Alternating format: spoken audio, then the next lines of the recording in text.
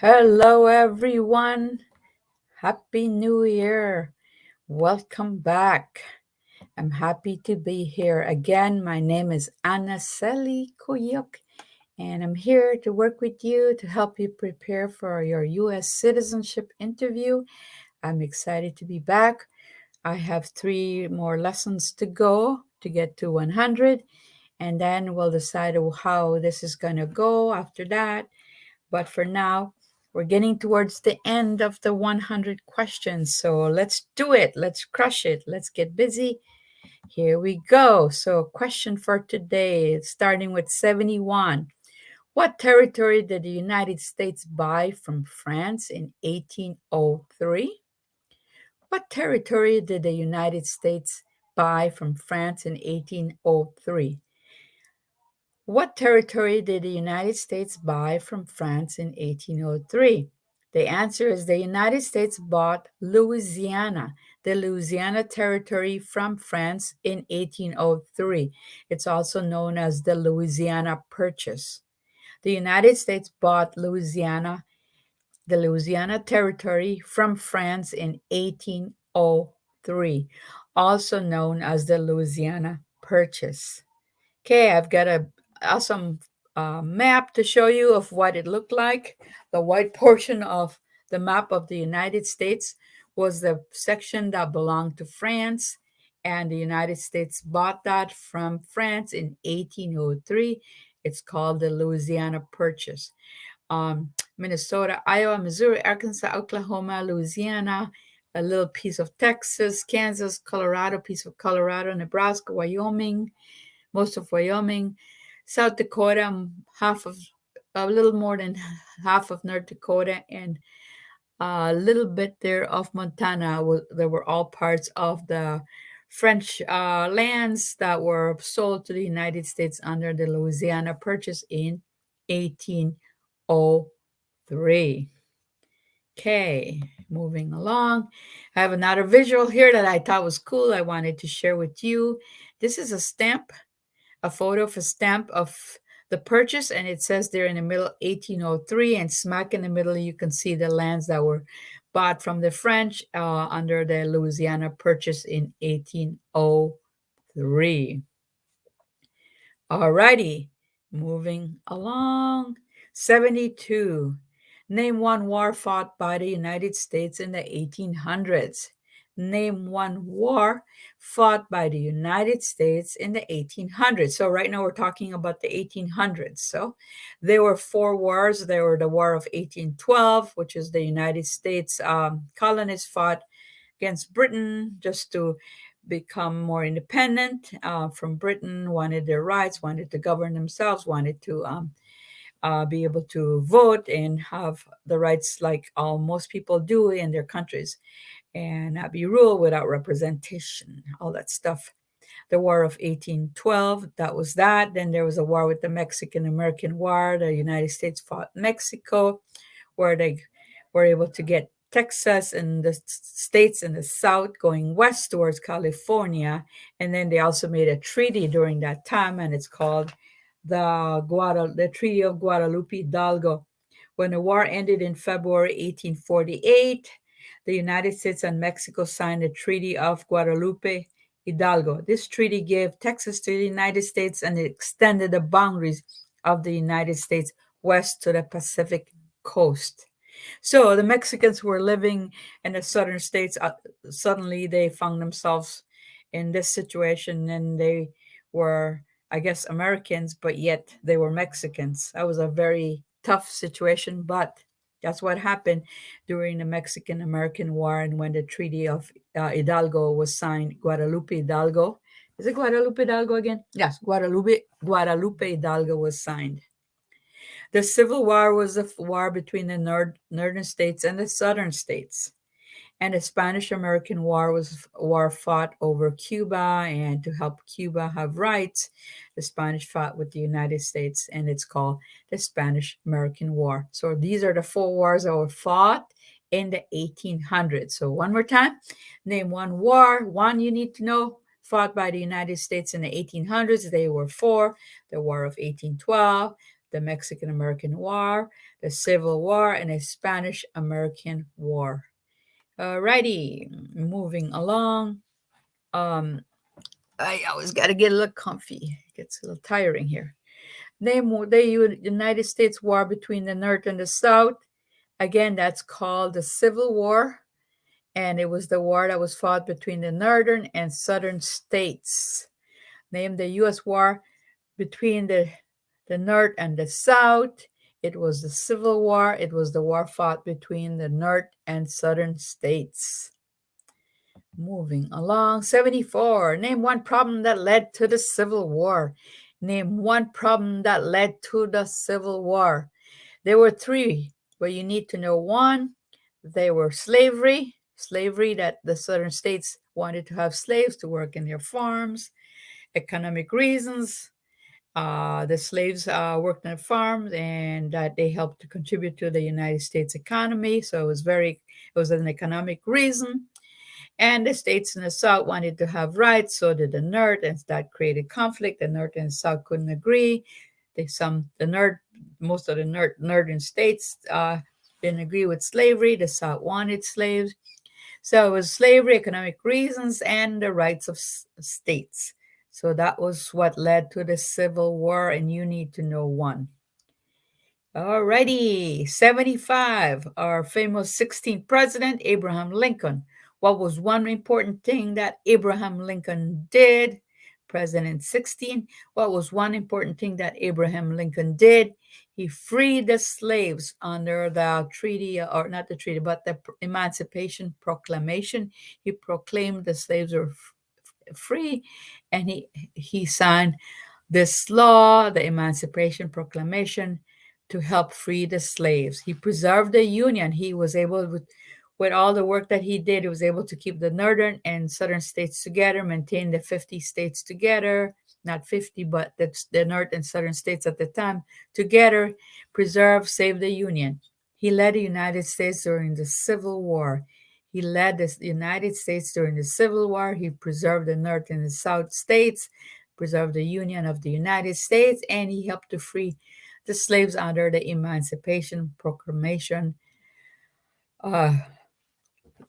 treaty or law that he initiated, called the Emancipation Proclamation, where the slaves were finally able to be free people, humans, free humans.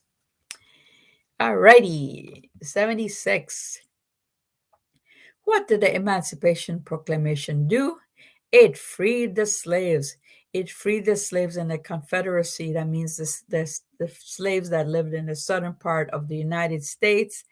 It freed them from being slaves and allowed them to become free people. It didn't happen all of a sudden, but that was the initial step that led to the freedom of slaves in the southern parts of the United States. Okay, 77. What did Susan B. Anthony do? What did Susan B. Anthony do? This famous lady, Susan B. Anthony, fought for women's rights. She fought for women. She fought for women's rights, for civil rights.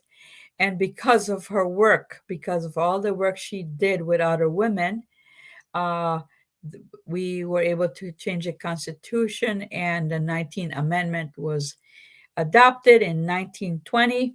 19th Amendment, 1920, for the rights of women to be able to vote, thanks to Susan B. Anthony and other women who fought for the rights of women. Here's a little more on her. Susan B. Anthony lived from 1820 to 1906, founded a national women's suffrage. In 1869, with fellow activist Elizabeth Cady Stanton, they traveled, gave speeches, got signatures to petition and lobby Congress to obtain rights for women to vote. And in 1920, the 19th Amendment allowed women to vote. Unfortunately, she died in 1906, didn't make it till 1920 to see her dream fulfilled. But thanks to her, women gain rights to vote and gain more rights in the country.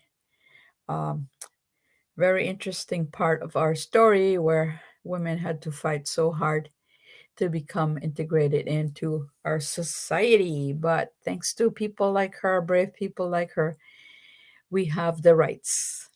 Wonderful. Alrighty. Can't leave without reviewing our past lesson because reviewing is important. Practice review gets you comfortable. So let's do it. Let's crush it. So, going back to colonial period and independence, what is one reason colonists came to America? They came to fight for they came for freedom, they came to obtain political liberty, but mostly the most important part was the religious freedom that the pilgrims wanted. They left England to come here so they can have freedom to worship the way they wanted and not be discriminated. So they wanted to escape persecution and wanted religious freedom. Next question. 59. Who lived in America before the Europeans arrived? Who lived in America before the Europeans arrived? The Native Americans, American Indians, lived here before the Europeans arrived. They were very instrumental when the pilgrims arrived. They were very friendly, very welcoming, and they helped the pilgrims survive. The pilgrims had a hard time making it, and the Native Americans were welcoming. They showed them how to fish here, how to plant in this newly developing country, and of course helped them to survive the harsh winters of the United States, and made treaty with them. They had peace. Well, these guys were close. They had peace. Later on, things changed, but during that time, the Native Americans were very helpful, very instrumental in welcoming the first Europeans. And hence, that's where they celebrated a Thanksgiving of harvest and later on adopted by a president. Um, not sure who that president is, but I'm starting to think it's Abraham Lincoln. I'm going to have to do my research on that. Anyway, so who lived in America before the Europeans arrived? The American Indians, Native Americans lived here before the Europeans arrived. 60. What group of people was taken to America and sold as slaves? What group of people was taken to America and sold as slaves?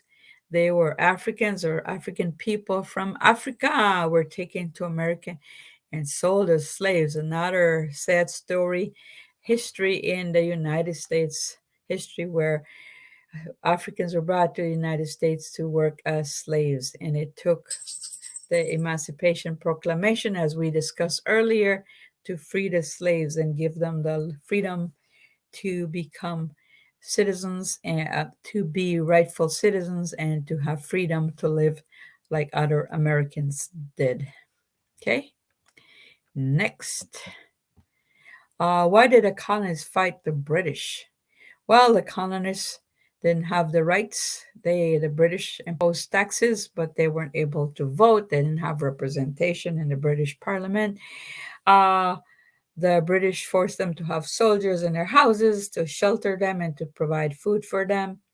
And the colonists wanted to govern themselves, wanted to have formulate their own government so that they could have their rights in place, so that they could have a better quality life, and without having their own self-government they didn't have the freedom that they wanted, and so that's why the colonists fought the British to gain their independence from Britain. Okay, next. Who wrote the Declaration of Independence? Who wrote the Declaration of Independence? Thomas Jefferson wrote the Declaration of Independence.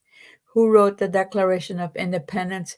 Thomas Jefferson wrote the Declaration of Independence. Alrighty.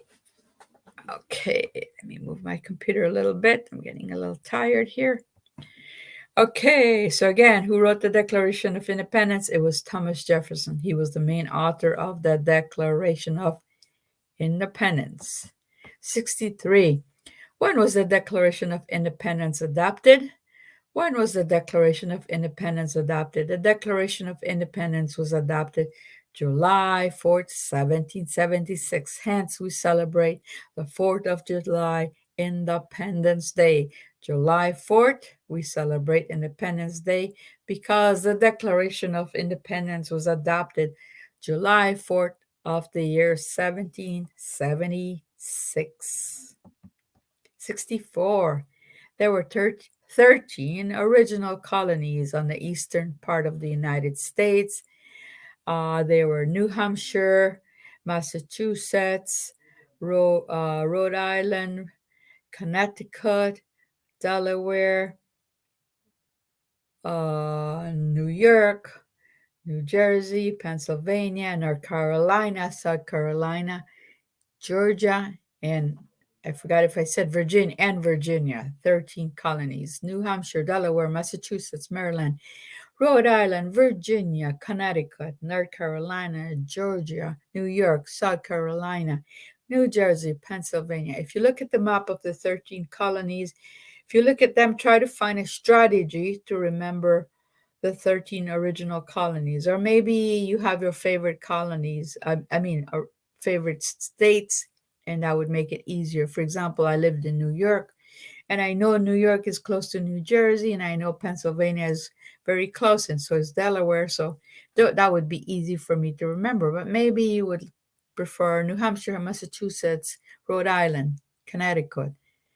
Try to find 3 that are meaningful, relevant to you, that will help you remember, okay? But remember, there are 13, but you only need to mention 3 of them. Okay. Next question. What's going on? There we go. Okay, this beautiful room here is the Constitutional Convention Hall, and this is in Philadelphia. This is not in Pittsburgh. This is in Philadelphia. Last recording, I said Pittsburgh, and after I recorded, I said, oh my goodness, I said Pittsburgh. It's Philadelphia. If you ever get to go to Pennsylvania, you've got to go to Philadelphia to visit and see the Liberty Bell, and to also see the Constitutional Convention.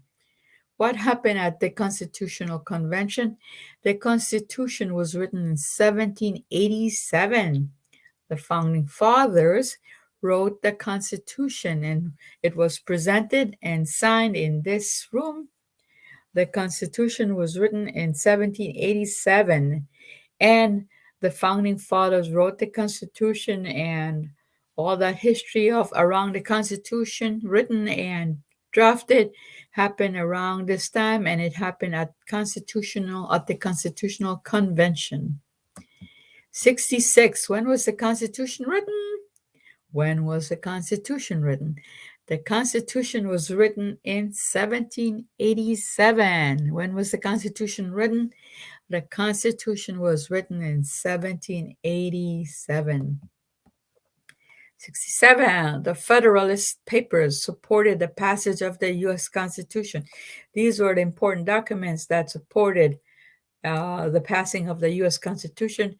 Name one of the writers. The 3 of them: James Madison, also pen name Publius, James Madison, Alexander Hamilton, and John Jay. So you just need to know one: James Madison, or his pen name was Publius, Alexander Hamilton, or John Jay. Next. What is one thing Benjamin Franklin is famous for? This guy was a very smart guy. He did a lot of things. You need to know one thing that he did. Why is he famous? What is he famous for? He was a U.S. diplomat abroad. I believe he was in France. He was the oldest member of the Constitutional Convention. He was one of our founding fathers. Very smart. He was the first Postmaster General of the United States. He was the writer of an almanac, which I love to read, the Poor Richard's Almanac, and he was instrumental in starting the first free libraries in the United States. So again, one thing you need to know: he was a U.S. diplomat. He was the oldest member of the Constitutional Convention, the people who drafted and who voted on approving the Constitution. He was the first Postmaster General of the United States. He was the writer of the Almanac, the first Poor Richard's Almanac. He started the first free libraries in the United States. Alrighty, almost there. Who's the daddy, the papa of our country? Who's the father of our country? Who's the father of our country? Georgie here. George Washington is known as the father of our country. Who's the father of our country? Who's the father of our country? George Washington is known as the father of our country. That's why you see him on our dollar bill, and that's why you see him on our quarter. Famous person in our Constitution and in our U.S. history, I meant. Okay, again, who was the first president? George Washington was the first president of the United States. George Washington was the first president of the United States. Okay. Again, together we can learn. Join me. I got a couple more sessions coming up. Get ready, practice. Don't forget to invite your friends. If you think this is a worthwhile project to share, please invite your friends. I'm doing this for people who like lots of practice and like this format, like this way of presenting the citizenship questions. And if you like it, share it with your friends. I have a couple more sessions coming up. I'll see you around. Thanks for joining me today. Bye. See you later, alligator. Okay. And one more thing. Here we go. I just want to close with this.